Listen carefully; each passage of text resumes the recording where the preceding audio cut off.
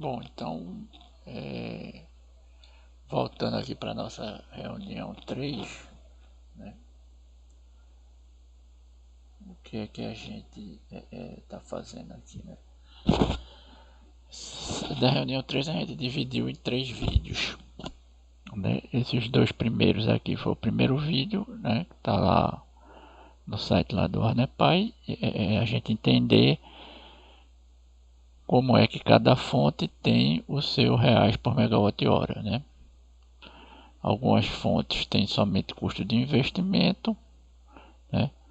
E algumas fontes têm um custo de operação, que normalmente são aquelas que têm combustível, né? Que a gente viu lá no vídeo anterior. Agora, como é que você pega tudo isso, não é, e calcula o PLD, o preço do mercado lá do spot market, né? Bom, o PLD no Brasil não é bem um spot market, né? Como é nos outros países, né? Mais avançados, em mercados mais avançados. Mas como é que você pega esse cálculo e define o preço do mercado, né? Como é que você junta todas essas fontes que estão lá querendo vender energia, serem despachadas e definir o preço do mercado. Depois a gente vai fazer um terceiro vídeo para falar, né, dessa diferença entre como é lá nos outros países, que é um preço determinado pela livre oferta, e como é no Brasil, que a gente chama um preço por custo auditado, né? Então, esse segundo vídeo, basicamente, a gente vai cobrir todos esses pontos aqui, ok? Bom, começando essa história toda, eu gostaria de lembrar aquela velha charge lá, né, de 1994, tá aqui a data da charge, foi quando começou toda essa história de competição no mercado de energia elétrica, né, 1994. E o que era que você estava fazendo naquela época? Você estava pegando as utilities, tá aqui o jornalzinho aqui da senhora, né, e estava fazendo a desregulamentação. Você estava introduzindo a competição. Então, antes de você fazer essa desregulamentação, né, o que era que você tinha? Você tinha uma companhia que atendia uma determinada área geográfica, né? Uma determinada área geográfica, e ela tinha, principalmente lá nos Estados Unidos e no Canadá, ela tinha a concessão, o monopólio de gerar energia naquela determinada área, transmitir, né? Ela também tinha os equipamentos de distribuição e distribuir. Então ela fazia a geração, a famosa utility, né? Nos Estados Unidos e lá no Canadá, e eu acho que na Europa também, ela fazia esses três papéis, né? A melhor definição de utility, né, que eu encontrei é essa daqui do Paul Krugman, lá, que está lá no livro dele do Economics, né? Está lá no livro Economics, na quarta edição lá de 2015. Né? Depois vocês podem dar uma lida aí. Então, aqui no Brasil, a gente não tinha essa tradição de uma mesma empresa gerar, transmitir e distribuir, né? Por exemplo, antes de você fazer a desregulamentação e introduzir a competição no setor de energia elétrica, você tinha a Chesf no Nordeste, né? A Companhia Hidrelétrica do São Francisco, ela tinha a concessão de gerar energia numa determinada área geográfica. Então, pela lei, só quem podia gerar energia elétrica no Nordeste era a Chesf, né? E ela fazia também a transmissão, né, de energia elétrica, mas ela não fazia a distribuição. A distribuição ficava a cargo das empresas estatais e estaduais, era uma concessão estadual, né? Lá nos Estados Unidos e na Europa, a utility ela fazia a geração, a transmissão e a distribuição, né? Aí vamos lá, por que a gente está lembrando isso lá do início da década de 90? Para a gente entender como é que a utility mandava ligar e desligar as térmicas, as hidráulicas e tal, para poder gerar energia, e através desse despacho ela poder determinar o preço da energia que os consumidores iam pagar. Então vamos lá, a gente começa toda essa história com fazendo o probleminha aqui do despacho térmico. Deixa eu apagar aqui a história aqui da utility, ok? Vamos lá, a gente começa essa história, né? Imagine que você era o cara lá de utility e você queria atender numa determinada hora, numa determinada semana, num determinado mês, essa quantidade de carga que era a demanda, né? E você tinha à sua disposição três térmicas. Essa daqui despachava 25, o custo dela de operação era R$ 25 por megawatt-hora, a térmica 2 era 15 e a térmica 3 era 35. Vamos imaginar que as mais baratas tinham um combustível mais barato, as mais caras tinham um combustível mais caro, né? Então você queria, né, atender o seu mercado consumidor, que você tinha um monopólio, né, era uma concessão. Você queria atender o monopólio pelo menor custo de operação possível, né? Isso, você queria minimizar o custo de operação. Por quê? Para que a tarifa para os consumidores não ficassem caro, né? Como as utilities eram uma concessão, então cada estado lá nos Estados Unidos você tinha as Public Utilities Commission, né?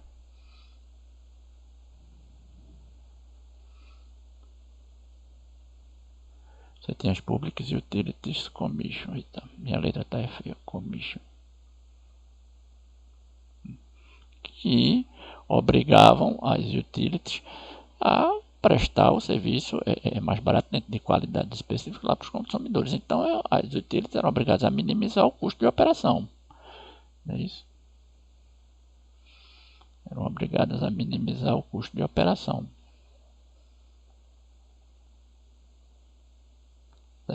Ou seja, elas tinham que atender uma demanda e tinham que fazer isso pelo menor custo de operação possível, né? Através desse probleminha a gente vai entender essas duas brincadeiras aqui, né? O que é o custo marginal de operação e o que é o PLD no Brasil. Imagine que você só tinha térmica, né? Para atender 210 e minimizar o custo de operação, né? Você tinha o custo, que é o C, e tinha o G. Você tinha que definir o G, o G que você vai gerar para atender 210, né? De forma a que cada geração de cada usina, cada G, em cada tempo, cada espaço de tempo, né, vai de 1 ao número total de períodos aqui, ele tem que atender a demanda de cada período, seja o período você pode fazer base horária, né, você pode fazer em base semanal, você pode fazer em base mensal, né?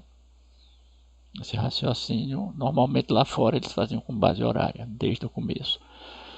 E é claro que cada usina aqui ela tem um limite de capacidade, né? Cada usina G só pode gerar até o máximo. Essa aqui não pode gerar mais do que 120, é o limite da capacidade dela. Essa daqui, a G2, só pode ir até 70.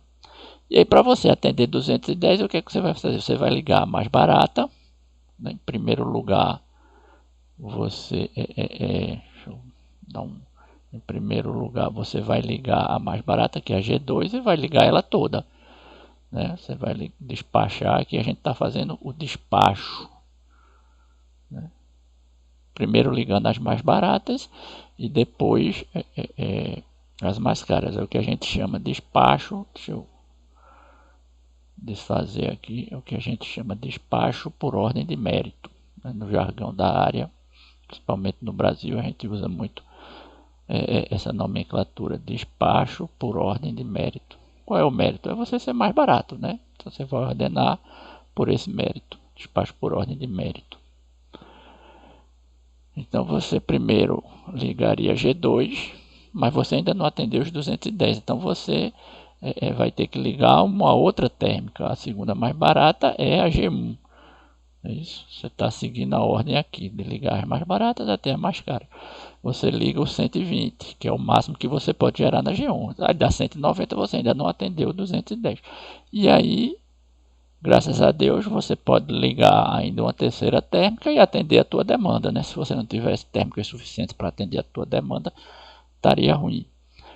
E aí você ligou 190, falta 20, você ligou 20 da térmica 3, você despachou todas elas e o somatório, né, atendeu o 210 lá da demanda, certo? E aí, né, você tem o preço do mercado, Tá? O preço do mercado da energia elétrica, né, ele é definido por essa última térmica despachada, né, é o que a gente chama da térmica marginal. Né? Térmica marginal. Então, o preço que os consumidores lá que estavam demandando, todos conjuntamente estavam demandando 210, né? Preço que todos estavam demandando aqui 210, né? Eles vão pagar um preço de 35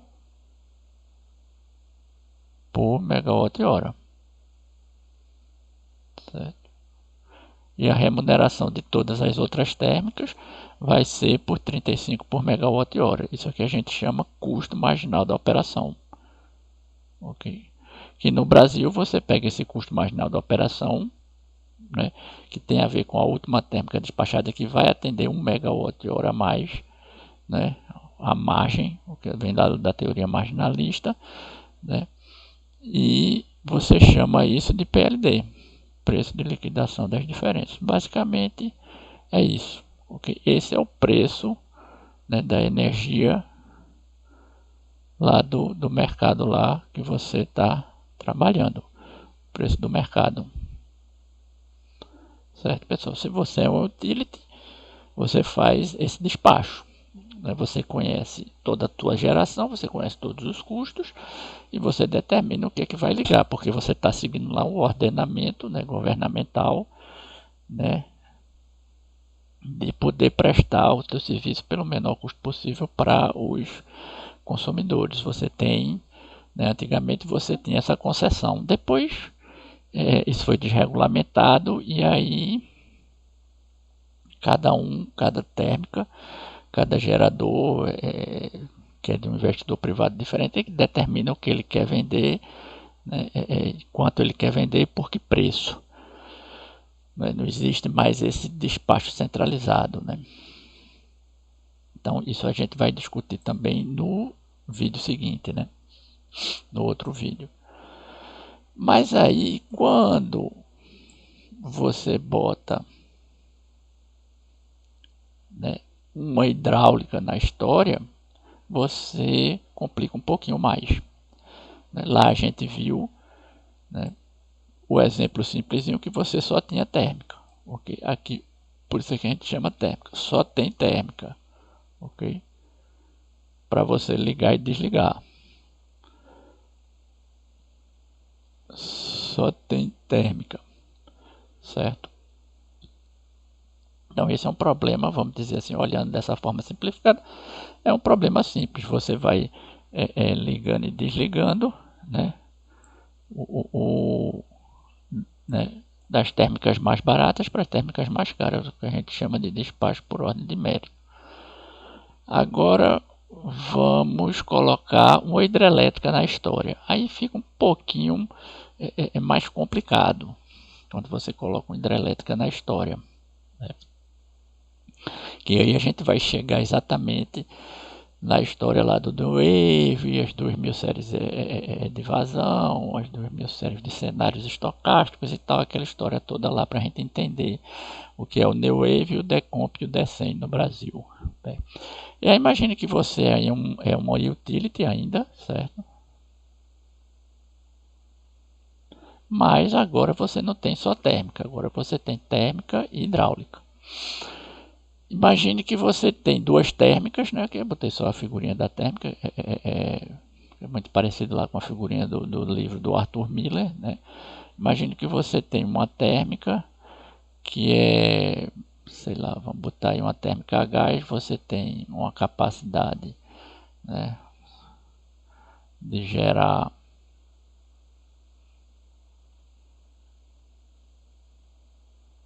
uma capacidade de gerar 100 megawatts e o teu custo é, vamos simplificar, vamos botar um custo simplesinho, R$ 100 por megawatt-hora. Vamos botar assim, vamos botar 50. R$ 50 por megawatt-hora.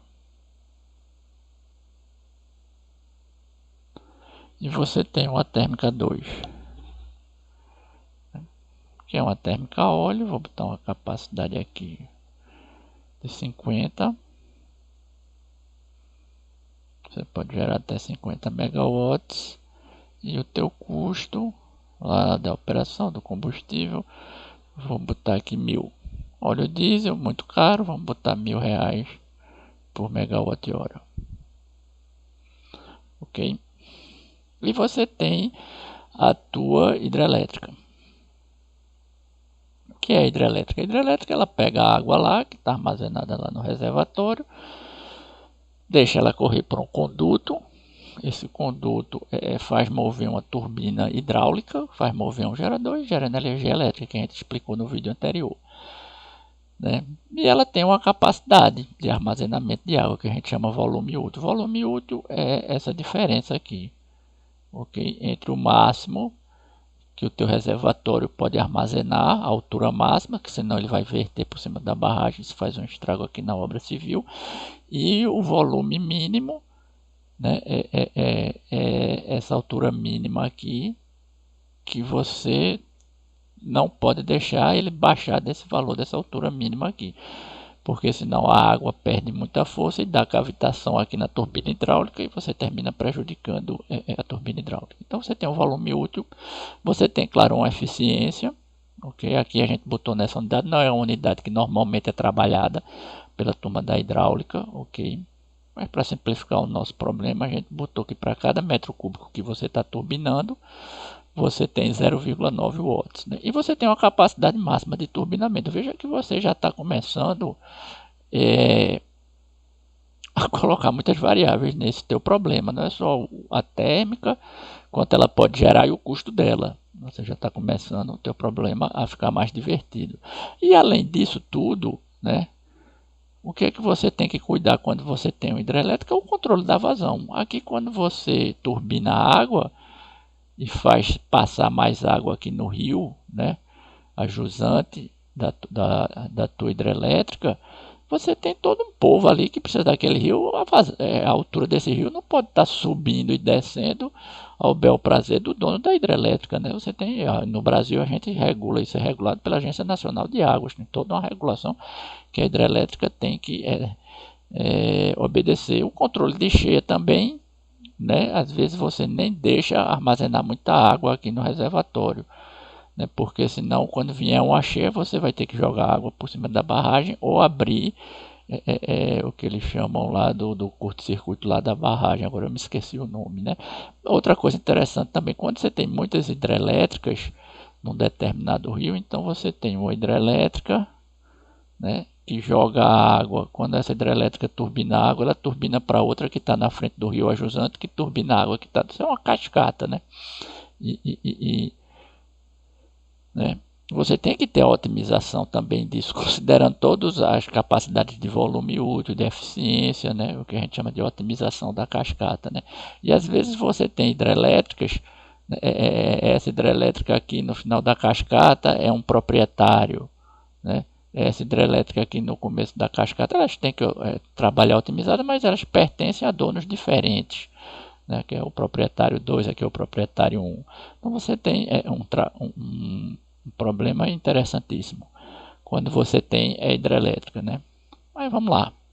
A gente tem essa hidrelétrica e tem essas térmicas aí. Para a gente resolver o nosso problema, nós somos uma utility, temos a concessão, vamos ter que gerar energia da forma mais barata possível, não é isso? Então vamos fazer um probleminha aqui, minimizar o custo da operação em base semanal, base mensal. Vamos fazer esse exercício aí. Então a gente está lá, fazer aqui a linha do tempo, certo? A gente está aqui no início do mês 1, tá no tempo 0. Né? A gente vai fazer um despacho aí para o primeiro mês, para o segundo mês, para o terceiro mês. Acho que é suficiente para o que a gente quer. Então aqui no eixo Y, eu vou botar a capacidade do reservatório, quanto eu tenho de água no meu reservatório. Né? Só tenho uma hidrelétrica e vamos imaginar que a gente vai atender o primeiro mês aqui, né? Vai atender o primeiro mês, mas a gente começa esse mês com 500 metros cúbicos no reservatório. A gente começa com o reservatório cheio, né? Deu sorte e a gente está com o reservatório cheio.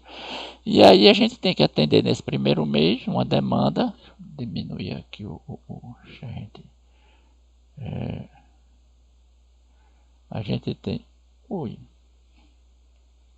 a gente tem uma demanda nesse primeiro mês de, sei lá, 200 megawatts. A gente tem que atender 200 megawatts. Certo? E a gente está com o reservatório cheio. Aí você diz assim, poxa, eu estou com o reservatório cheio, não vou ligar a térmica, eu vou usar toda a água que eu puder para atender essa demanda, né? A nossa eficiência lá é de 0,9, o máximo que eu consigo turbinar é de 200 metros cúbicos no mês, então eu vou turbinar 200 metros cúbicos, né? E conforme a minha eficiência ela é 0,9, eu consegui gerar nesse mês, eu consegui gerar 180 megawatts. Ok, né? Mas eu ainda não atendi minha carga. Aí eu ligo a térmica 1. É isso. Ligo a térmica 1. Térmica 1, ela é R$50 por megawatt-hora. Tem uma capacidade de 100, eu ligo ela a 20. Mando ela ficar ligada esse mês todo, gerando 20 megawatts, atendi a minha carga e tal, que o preço da energia é 50 reais por megawatt-hora nesse mês. Só que aí vai chegar lá no final do mês, né? E aí o meu reservatório, que era 500 no início do mês, ele deplecionou 200 metros cúbicos, ele ficou com 300. Chegou no final do mês com 300. Na verdade, vamos imaginar também que no final desse mês, né, a gente teve uma afluência. O rio está sempre jogando água dentro desse reservatório. Às vezes chove um pouquinho mais, nesse mês chove um pouquinho menos. Vamos imaginar que nesse mês a gente teve uma afluência de 1 metro cúbico, né, no mês 1. Então, na verdade, aqui a gente chegou com 301 metros cúbicos, né? E aí no mês 2, né, a demanda, vamos imaginar que a demanda também foi 200 megawatts. Vamos imaginar que a demanda também foi 200 megawatts, para simplificar aqui o nosso exemplo, né? E aí de novo você quer usar toda a água do reservatório que está lá na hidrelétrica, você despacha ela a 180, né? E no mês 2 você tem que ligar de novo a térmica 1 a 20 megawatts, né? E tem que, o teu preço é 50 reais por megawatt-hora. E vamos imaginar que a afluência foi de novo 1 metro cúbico. Então tu vai chegar aqui no final do mês 2 com um reservatório a 102 metros cúbicos, não é isso? Vai chegar com um reservatório aqui a 102 metros cúbicos. Esse traço está muito grosso, deixa eu baixar ele um pouquinho aqui, certo? E aí, nesse intervalo aqui do mês 3, né, você, vamos imaginar de novo que você, sei lá, vamos fazer um seguinte exercício aqui. A demanda nesse mês 3 aqui, vamos imaginar que ela foi para 400 megawatts, né? Sei lá, é um mês, final de ano, Natal, as fábricas estão produzindo muita energia, está todo mundo demandando muita energia. Vamos imaginar que a demanda nesse mês 3 foi de 400 megawatts. Mas, de novo, né, você quer despachar toda a tua hidráulica. O máximo que você pode despachar aqui é 102. Você não tem mais água no reservatório, né? O que vai chegar de água e o que você tem é 102. Então, vamos imaginar que você despachou os 102, metros cúbicos com a eficiência de 0,9. Isso deu, deixa eu pegar a calculadora aqui, pessoal, isso deu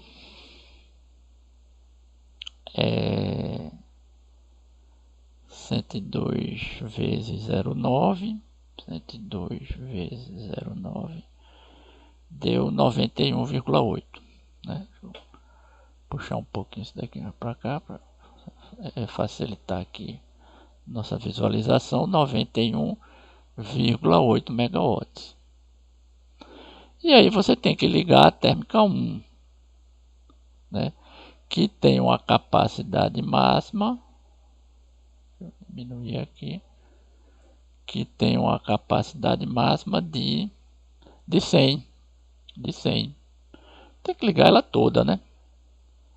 E ainda não atende a demanda, porque você tem 191,8. E aí você tem que ligar a térmica 2 toda também, né? Que é 50. E você ainda não atende a demanda, é isso?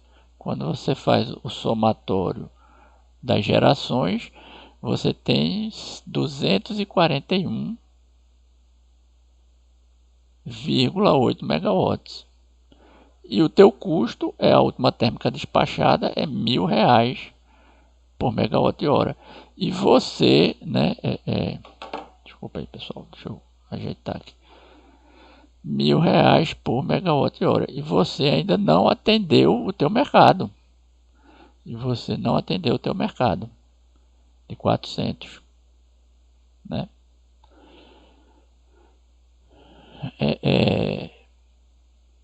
E agora? Aí você vai ter que decretar racionamento. É isso? Vai ter que pedir ao pessoal para economizar energia, né? Racionamento. Se você fez o teu despacho dessa forma, né, gastando muita hidrelétrica, muita reservatório e com afluências baixas, né? Então você gastou muita água, né, deplecionou os reservatórios, que a gente chama de deplecionar, e as tuas afluências foram baixas, né? E você aí chegou no final do teu terceiro mês, né, depressionou muito e as afluências foram baixas. E aí você chegou no final desse teu terceiro mês e teve que decretar racionamento, né? Então veja que o teu despacho, o teu planejamento da operação, né, o teu despacho não foi muito feliz. Aí você diz assim, mas eu poderia mudar essa estratégia, né? Eu poderia mudar essa estratégia, poderia não usar muita água, porque eu estava prevendo as afluências baixas. Eu poderia não usar muita água, né?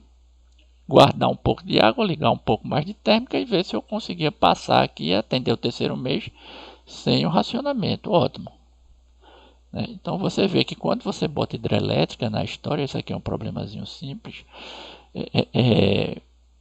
você agora precisa dar uma olhada, né, como vão ser as suas afluências futuras, né? Como é que vão ser as tuas afluências futuras? A gente está olhando aqui em base mensal, né? Foi um exercício didáticozinho simples, né? Como vão ser as tuas afluências futuras, né? Então você tem um problema de otimização que a gente chama de otimização estocástica, porque uma das variáveis, um dos dados de entrada do teu problema de otimização, né, que é minimizar o custo da operação, uma das tuas variáveis, né, a gente chama de otimização estocástica. Por quê? Porque uma das tuas variáveis é uma variável estocástica, uma variável da natureza. Você não tem controle sobre ela. Não é feita uma térmica que você liga e desliga e você sabe qual é o custo do combustível, você sabe qual é a eficiência térmica, não é, né? Você tem uma variável aqui que é uma variável estocástica no teu problema. Então você agora tem que resolver um problema de otimização estocástica. Ok? Certo? Então, por que colocando a hidráulica nessa brincadeira, né, você sai daquela história do despacho térmico e vem para o despacho hidrotérmico? Por que é tão importante, né? Você entender o que é uma coisa e o que é outra. Aí vamos lá, certo? É bom, essa figurinha aqui vocês vão ver quando se debruçarem aí em vários documentos oficiais, todo o trabalho da universidade, muitos artigos de congressos, eles sempre mostram essa figurinha, né? Porque o despacho hidrotérmico ele é um problema de tomada de decisão sobre incerteza, né? É uma tomada de decisão quanto você vai usar de água, sem saber o quanto vai chegar de água naquele mês, né? Para o próximo que você vai ter de água para o próximo mês. Então essa figura aqui, eu não sei quem fez, é uma figura muito famosa aqui no setor elétrico brasileiro, né? E mais que dá uma visão bem prática, né? Objetiva desse problema do despacho hidrotérmico. Então você tem que tomar uma decisão, né? Ele bota aqui, ó, no início. Se você vai usar água, utilizar os estoques dos reservatórios, né? Se você vai utilizar água, vai depressionar, ou você não vai utilizar, você vai ligar a térmica, né? Não vai utilizar a água. Agora imagine que você tomou a decisão de não utilizar a água, certo? Você tomou a decisão de não, quer dizer, de utilizar. Que você tomou a decisão de utilizar. Ah, eu quero desses meses aqui, eu quero usar muita água. E aí você tem uma vazão futura, né, as afluências que a gente estava falando ali anteriormente, né, você tem uma vazão futura boa, veio muita água, então você utilizou água hoje, veio muita água na afluência futura, ok, você acertou o teu despacho, né? Eu não vou dizer nem que acertou, né? Essa história de você errar e acertar quando você está tem que ter muito cuidado, né? A história de você tomar uma decisão sobre incerteza e você dizer se acertou, né? Ou, ou acertou, né? Vamos dizer que você teve uma decisão operativa aqui, né? Que casou com a tua afluência e ok, né? Você saiu bem. Agora imagine que você tivesse tomado a decisão de usar a água, mas a água dos reservatórios, mas não viesse a afluência, que foi o exemplo que a gente viu ali anteriormente, né? Isso você até um déficit ruim. Isso é ruim, você vai ter que decretar um racionamento. Da mesma forma, você tem um análogo dessa condição aqui, que é o seguinte, é você não utilizar a água, né? Você armazenou muita água, mas choveu muito, a afluência foi muito grande, choveu muito. O que vai acontecer? Os reservatórios das hidrelétricas vão encher e você vai estar jogando água fora, né? Você vai estar jogando água fora. Isso é ruim, né? Porque essa água você poderia ter utilizado aqui, né? Você podia ter guardado aqui, quando viesse uma seca, né? Você não estava jogando água fora, né? Então você tem um análogo, né? É como um espelho. Então é muito difícil você saber, principalmente no sistema como o brasileiro, porque as hidrelétricas têm muito peso, tem muito reservatório, né? Elas fazem esse balanço de um mês para o outro muito importante, né? É muito difícil você saber se você vai utilizar os estoques ou se você não vai utilizar os estoques, ok?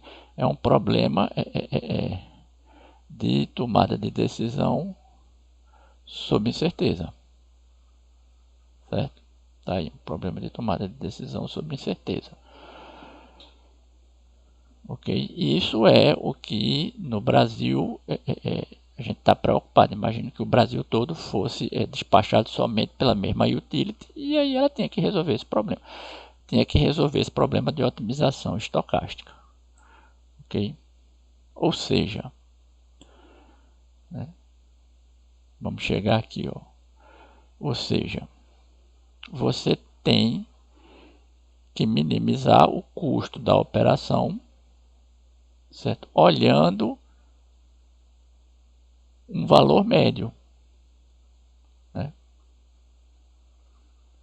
Em estatística a gente chama de valor médio, a gente chama de valor esperado. A definição estatística correta, o nome correto é valor esperado.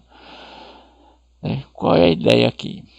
Se você, aqui é o teu volume final, ó, do estágio T. Se você usa muita água, né, o teu custo imediato, ou seja, no final do teu planejamento, se você usou muita água, quando chega lá nos meses finais do planejamento, nos meses finais de você fazer o teu despacho, você usou muita água, o teu reservatório está nesse nível, nível baixo, você usou muita água, mas o teu custo imediato foi baixo também, ok? É o que a gente chama o trade-off entre o custo imediato e o custo futuro, certo? Deixa eu escrever aqui o trade-off, né, entre o custo imediato, é isso, versus o custo futuro, né, que é essa história aqui, ó. Essa é uma curva muito famosa também. Opa, pessoal, desculpa aí. Essa é uma curva muito famosa também, não é isso? Diminui um pouquinho que facilita, né? É aquela história, né? Imagine que você utilizou água, então o teu custo imediato é barato, você não vai precisar ligar a térmica. Mas se vier pouca água, o teu custo futuro vai ser alto, porque você vai precisar ligar muita térmica ou decretar um racionamento até, ok? Então, ó, se você utilizou muita água, no final do teu estágio, né, de despacho, o último mês lá do teu despacho, o último mês do teu planejamento, vai ter um custo futuro alto, tá aqui, ó, certo? Um custo futuro alto aqui, ó, função de custo futuro, é essa azulzinha aqui, certo? É essa azulzinha aqui, vamos pintar de azul aqui, é essa azulzinha aqui, certo? Mas da mesma forma, se você começa a armazenar muita água para ficar com muita água armazenada lá nos meses finais do teu problema de despacho, o que é que acontece, né? O teu custo imediato ele é alto, né? Tá aqui porque você tem que ligar muita térmica para poder economizar água nos reservatórios. E o teu custo futuro ele é baixo, porque você vai ter muita água lá no final dos meses lá do despacho. Então é esse trade-off aqui, né? Que a gente chama aqui, né? O custo futuro e o custo imediato, né? Na verdade, o que você quer minimizar é essa função aqui, a função do custo imediato e do custo futuro, porque você tem uma hidrelétrica nessa história, né? Você quer achar esse ponto aqui de mínimo custo, certo? E esse custo futuro, né? Esse custo futuro, você está tratando ele como uma distribuição de probabilidades, não é isso? Você está tratando ele como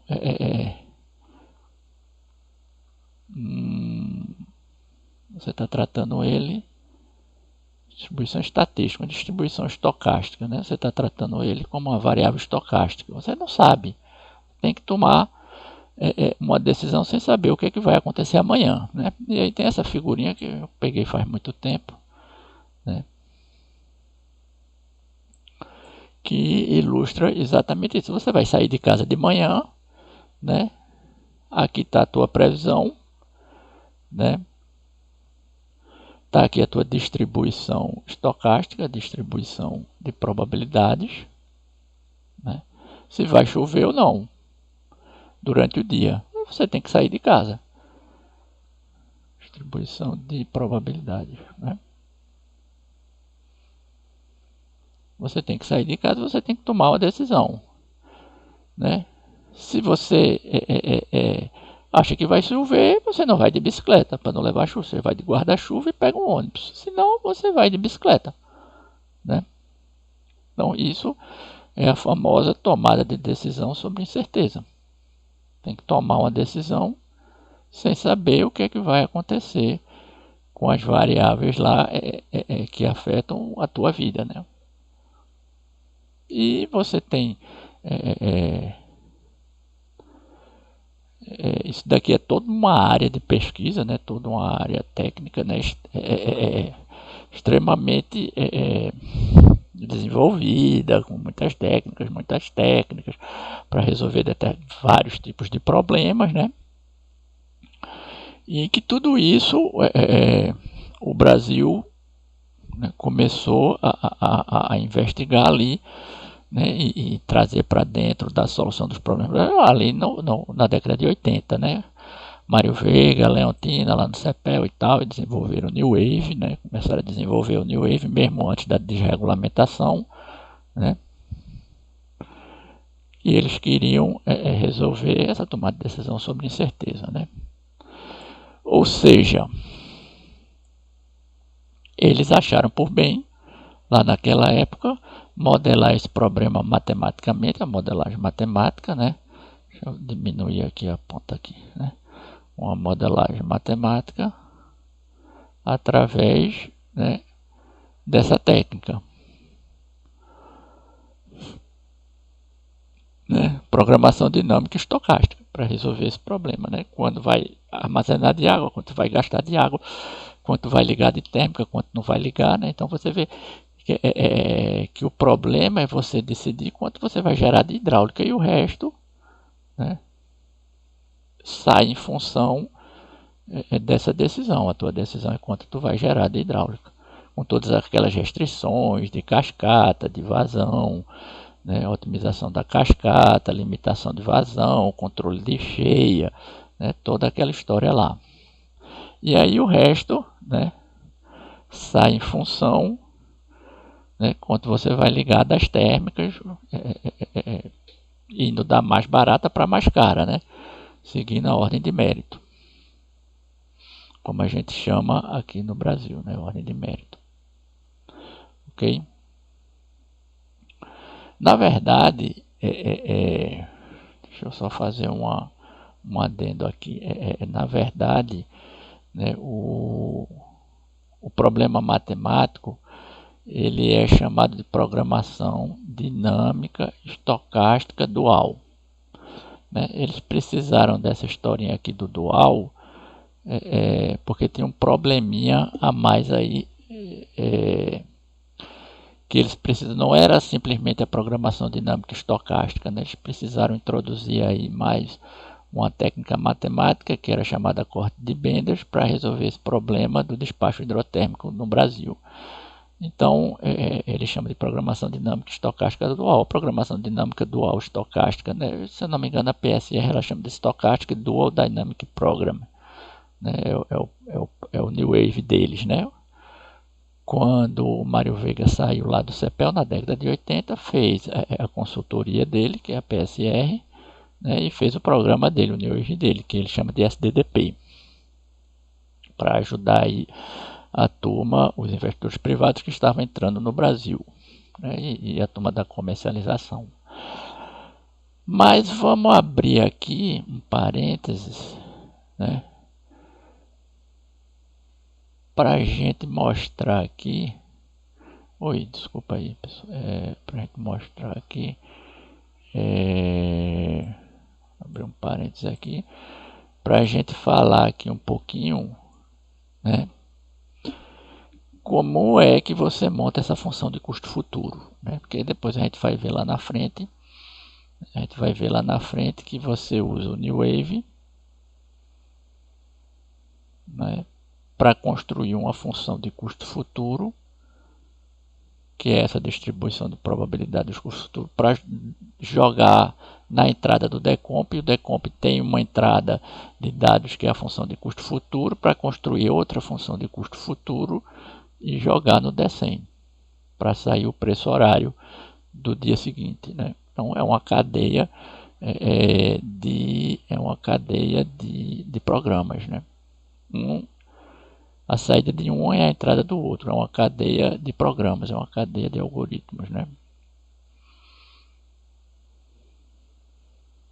É uma cadeia de algoritmos. Aqui no Brasil a gente usa programa de computador.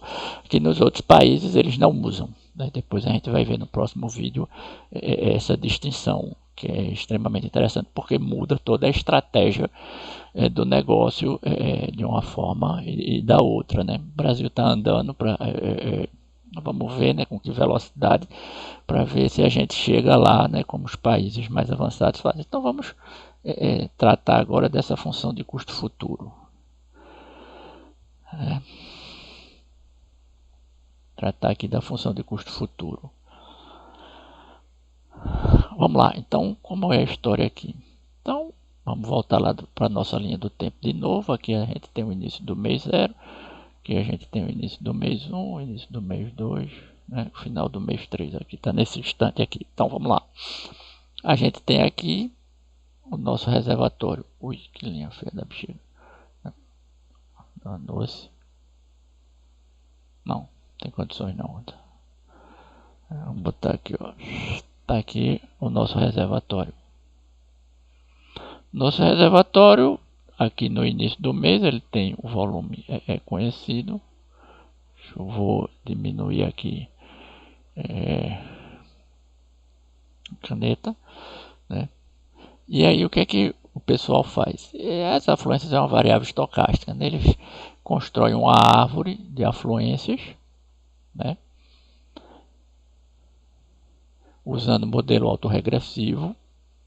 Aí é uma técnica, né, que vem lá da teoria lá de Box e Jenks, lá da década de 70 também, usando modelo autorregressivo. Né? E aí, em função dessas afluências, dessa árvore de afluências possíveis, essa árvore de afluências, em função dessa árvore de afluências, você vai ter vários níveis de reservatório aqui. Né?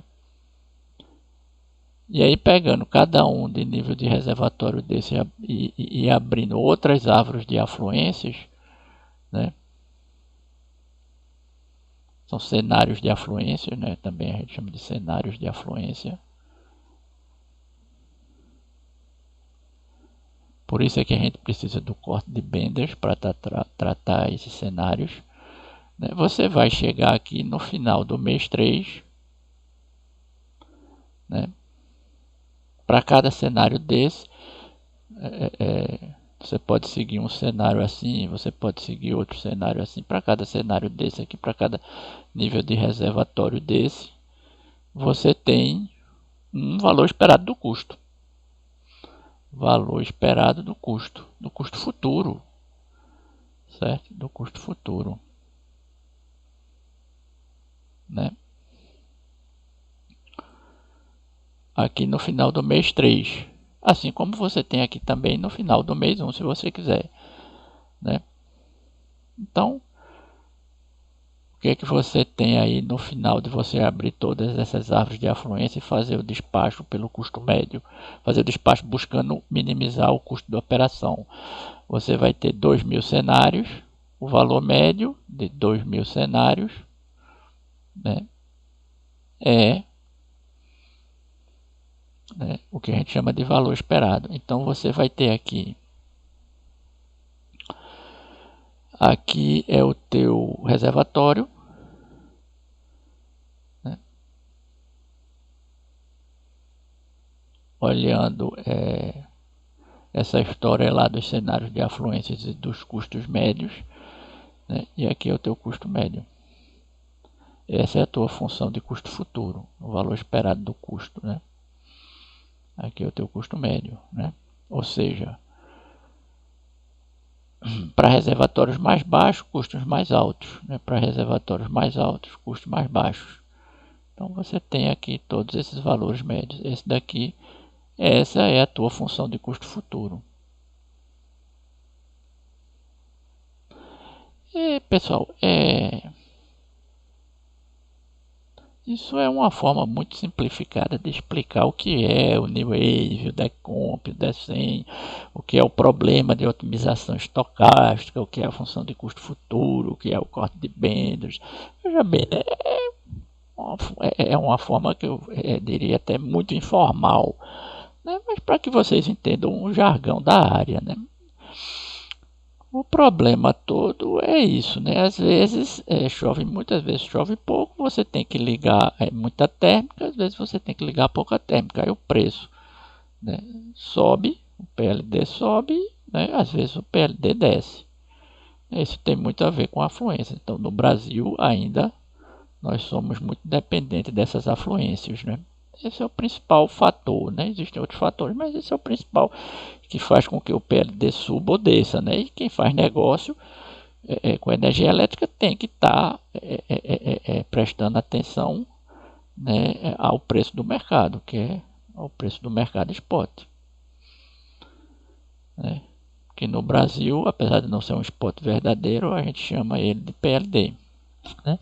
Então essa é a história, né? Porque que você tem no Brasil uma cadeia de computadores, uma cadeia de algoritmos, né? De programas de computadores, né? Que uma a saída de uma serve de entrada para outra, e você sai aqui do New Wave, né? Que é em base mensal.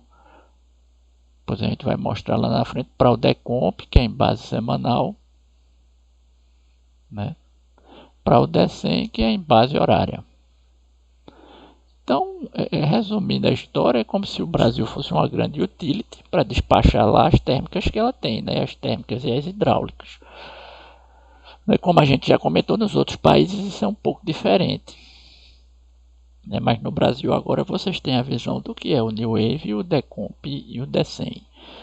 Vou trazer essa figura aqui para a gente ir se aproximando aqui do nosso final, né?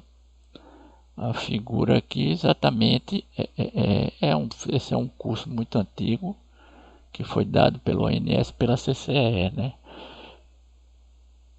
Então como ele o cálculo da função de custo futuro, né? O que ele está dizendo aqui, ó, o cálculo da função de custo futuro, né? A ideia básica aqui, que é essa que eu apresentei para vocês há pouco, né? Ela tem diversos cenários de vazões, né? Tá aqui, diversos cenários de vazão, um reservatório para cada cenário de vazão, ele pode ir subindo ou pode ir descendo, né? E aí você pega todos esses cenários e faz a média dos custos, ok? Essa é a ideia básica. A figurinha aí eu acho que ajuda também a entender o que a gente falou um pouco anteriormente. Aí vamos entrar aqui no detalhe mais técnicos, né? No New Wave, o Decomp e o Decem a gente vai mostrar aqui embaixo. Então o New Wave é 5 anos com discretização mensal, ok? O Decomp é 2 meses com discretização semanal, né? No primeiro mês. Nos meses seguintes, que é o segundo mês, ele usa discretização semanal e ele vai para o Decem, ok? E aí ele tem a diferença aí, né, entre o New Wave e o Decomp. Depois vocês dão uma lida com calma aí, certo? E aqui é o Decem, é o que no Brasil a gente chama de curtíssimo prazo, né? Uma semana de discretização semi-horária, certo? O que é que ele está buscando, né? As usinas térmicas, a variação da produtividade, que é a curva colina que a gente mostrou lá naquele primeiro vídeo, ela está programada aqui dentro desse problema, desse cálculo computacional, né? O balanço das águas nos reservatórios, né? A previsão da fonte eólica e solar é importante. Como é que entra a fonte eólica e solar? Porque a gente falou do despacho hidrotérmico, a gente só tinha térmica e hidráulica. Mas como é que entra a eólica e a fotovoltaica hoje? No Brasil, eles fazem uma previsão, né, do próximo dia, né? Aqui é a hora e aqui é o megawatt. Quanto é que ela vai gerar a cada hora do dia e abate da carga. Basicamente é isso, né? Já melhorou bastante porque a gente saiu da base semanal para a base horária, né? Usina de bombeamento reversível, as restrições de unit commitment, né? que é todas as restrições da térmica. É claro que no nosso problema aqui didático a gente só falou de térmica com capacidade máxima e custo, né? Mas a térmica tem muitas restrições, restrição de tomada de carga, restrição de desligar, passar um tempo desligado, um tempo ligada, tempo mínimo de ligar, tempo mínimo de desligar, né? Que no jargão dos grandes livros, é aquele lá de Hollenberg, a turma chama isso de Unit Commitment. Então tá aí o que é o DECEM, o que é o New Wave, o Decomp e o DECEM, né? Certo? Sim, aqui eu vou trazer aqui um slide aqui, foi uma apresentação de um ex-diretor do ONS, Francisco Arteiro. Ele não é mais diretor do ONS, porque a diretoria do ONS mudou agora no começo de 2020. Ele estava na Chess lá em dezembro de 2018, porque a Chess estava comemorando 70 anos e ele fez essa apresentação. Então eu vou trazer esse slide dele aqui que eu achei muito interessante da apresentação dele, né? Que é o seguinte: a gente falou em ligar térmica, desligar térmica, ligar hidráulica, desligar hidráulica. A gente estava falando aqui, ó, do custo do suprimento. Mas é claro que você operar um sistema de energia elétrica não é só você estar atrás de mínimo custo. Existem outras questões tão importantes quanto o mínimo custo, né? Principalmente, eita, a letra feia da bicha, principalmente a segurança elétrica, ok? Então, esse slide aqui eu acho que explica de forma bem didática essa questão, né? O que é o mínimo custo de suprimento? É aquilo que a gente viu lá, despacho hidrotérmico, ok? Despacho hidrotérmico, certo? Mas você tem que olhar também o outro lado da moeda, que é a questão de o sistema ter estabilidade eletromecânica, né, frente a contingências. Frente a contingências. É o que a gente chama de segurança elétrica. A contingência: cair uma linha de transmissão, explodir um transformador, explodir uma usina hidrelétrica, certo? E tudo isso entra aqui, tanto essa questão do menor custo, quanto a questão da segurança elétrica, para você poder operar o sistema, né? Um pouquinho mais complicado do que somente ligar e desligar a térmica. E aí ele tem aqui no final esse slidezinho que depois eu vou montar, que é um resumo da história do New Wave, que eu acho interessante contar, principalmente para quem está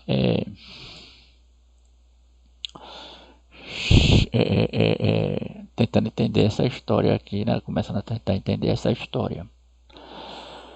Então vamos lá, a gente teve um racionamento no Brasil em 2001, 2002, naquele tempo já se usava o New Wave e achou-se que o New Wave não mandou ligar térmicas como devia. Então a turma disse: não, vamos botar dentro do New Wave, do problema de otimização, a curva bianual de aversão, que era definida por fora, essa curva de como os reservatórios, o deplecionamento dos reservatórios, né, deveriam se comportar, os metros cúbicos aqui deveriam se comportar seguindo uma determinada curva, né? Aí a turma do New Wave programou essa curva dentro do New Wave. Mas aí lá em 2018 o Brasil levou outro susto, né? Também se achou de novo que o New Wave não estava mandando ligar térmica como ele estava mandando. Mas é aquela velha história, né, pessoal? Tomar decisão sobre certeza não é uma coisa simples, né?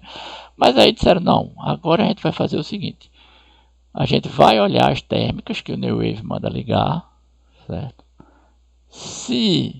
Aí a gente vai reunir um monte de especialistas lá no Comitê de Monitoramento do Setor Elétrico. Se a gente achar que o New Wave mandou ligar pouca térmica, essa turma aqui tem o poder de mandar ligar mais térmicas do que o New Wave.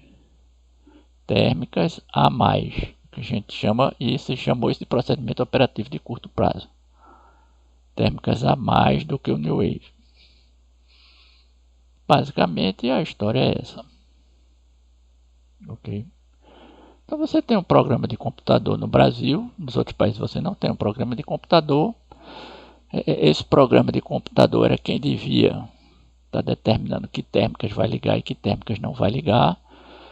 Mas no final a decisão é aqui, é governamental, ok? A decisão ainda é governamental, né? Então no Brasil a gente tem duas coisas que a gente precisa evoluir ainda, né? Além de a gente ter um programa de computador, uma cadeia de programas, né? A gente ainda não acredita nessa modelagem matemática, nessa cadeia de programas, e ainda tem uma decisão governamental. Até porque esse racionamento foi muito traumático, né, para todo o Brasil e principalmente para os técnicos do setor elétrico. Mas vamos lá. E aí foi passando os anos e aí chegou-se lá em 2012, 2013 e disseram, não, pessoal, a gente precisa parar com essa história de tá mandando ligar a térmica por fora do New Wave. Aí tem que ter um programa de computador auditável, um programa de computador que todo mundo rode, né, e que todo mundo confie e que todo mundo saiba o que é que vai acontecer, porque um cara quer botar uma térmica para vender energia no setor elétrico brasileiro. Se ele não sabe o que é que vai acontecer, se ele vai ficar ligado, desligado, se ele vai ficar exposto ao PLD ou não, isso é muito ruim, né? Então o pessoal passou lá um bocado de tempo e disseram, vamos fazer uma nova técnica, né, de tomada de decisão sob incerteza, considerando uma métrica de risco, chamada CEVA. É uma métrica de risco muito famosa, que vem lá do mercado financeiro, né, toda essa parte de tomada de decisão por incerteza, valor de risco, CEVA e tal, vem lá do mercado financeiro, e né, o pessoal tentou acabar com essa história de despachar térmica por fora do New Wave e colocar o CEVA, né? Mas não adiantou, o governo queria porque queria e quem despacha as térmicas ainda é o Comitê de Monitoramento, né? Vamos falar um pouquinho do CEVA aqui embaixo, eu vou aproveitar aqui um slide aqui dos nossos amigos lá do CEPEL. A Maria Elvira é a chefe lá do departamento lá, né, dos técnicos que fazem lá a programação do New Wave. E basicamente você vai o seguinte, em vez de você minimizar o custo futuro, né, porque a gente está minimizando o valor esperado do custo imediato, né, mais o valor esperado do custo futuro, era isso? A gente está minimizando, minimizar o valor esperado do custo de operação, só que a gente tinha um custo imediato e tinha um valor esperado de custo futuro, que isso daqui era tratado como uma árvore de cenários, né, era tratado como uma variável estocástica, né. Em vez de você tratar toda essa árvore de cenários aqui de vazões da mesma forma, você pega as menores vazões e dá um peso maior para ela. Para quê? Se ela tem um peso maior, você vai ligar mais térmicas, né. É uma técnica bem antiga lá do mercado financeiro, né? Então você precisa observar, você precisa definir um nível de proteção, né? Qual a percentagem aqui das afluências mais severas que você quer representar, né? Das afluências mais severas e qual é o peso aqui na minimização. Essa aqui é uma otimização muito objetiva, né? O peso de você dar muito peso para essas séries mais severas ou dar pouco peso na otimização. Então, você vai basicamente é isso, né? Tentando resolver aquela história lá de você despachar a térmica fora da ordem de mérito. Você ter um conselho lá de notáveis que manda ligar a térmica ou não, né? No Brasil a gente tem essa característica. E está aqui uma notícia recente, né? Aqui é novembro de 2020. Certo? Novembro de 2020, ainda hoje a gente está nessa. CMSE mantém térmicas, né? O que, a notícia está dizendo aqui? Depois vocês podem dar uma lida, né? Que o New Wave não mandou ligar as térmicas, mas o CMSE mandou ligar. O CMSE está ligado ao Ministério de Minas e Energia, né? O presidente desse comitê é o ministro de Minas e Energia e dentro desse comitê faz parte o ANS, a ANEEL, a EPE, né? A CCE, a EPE, né? Então essa turma que decide se vai ligar térmica ou não, O New Wave pode dizer que não liga e eles podem dizer que liga. Então, pessoal, basicamente era isso, né, que eu queria apresentar nesse vídeo. No próximo vídeo a gente vai falar exatamente essa história, como é lá fora, né, esse item 3, como é lá fora, que o preço é de livre oferta, a térmica é que decide, o dono da térmica é que decide, né, não é a velha utility, não é um despacho centralizado, né? E aqui no Brasil é o custo ditado. A gente vai fazer essa distinção aqui no Brasil, apesar disso já existir há décadas lá fora, né? Aqui no Brasil a gente está começando a discussão agora. Então essa é uma capa aqui de um documento, de um PID, que está sendo financiado pela Engie, uma das maiores geradoras de energia elétrica privada do Brasil, né? Foi contratado lá a turma da PSR, do Mário Veiga, aquela história toda, para começar a discutir essa história aí. Vamos fazer no Brasil uma formação de preço por oferta, como é nos outros países já há muitas décadas. Então no próximo vídeo a gente vai tratar disso, ok? Então esse era o vídeo que eu queria explicar um pouco aí o que é o New Wave, o que é o Decompre, o que é o DECEM, o que é o despacho hidrotérmico, o que é a função de custo futuro, né? E essa história de você guardar água, não guardar água, ligar térmica e tal. Então no próximo vídeo a gente fala um pouco como é lá fora, já que nesse vídeo a gente falou um pouco como é no Brasil. Valeu, pessoal.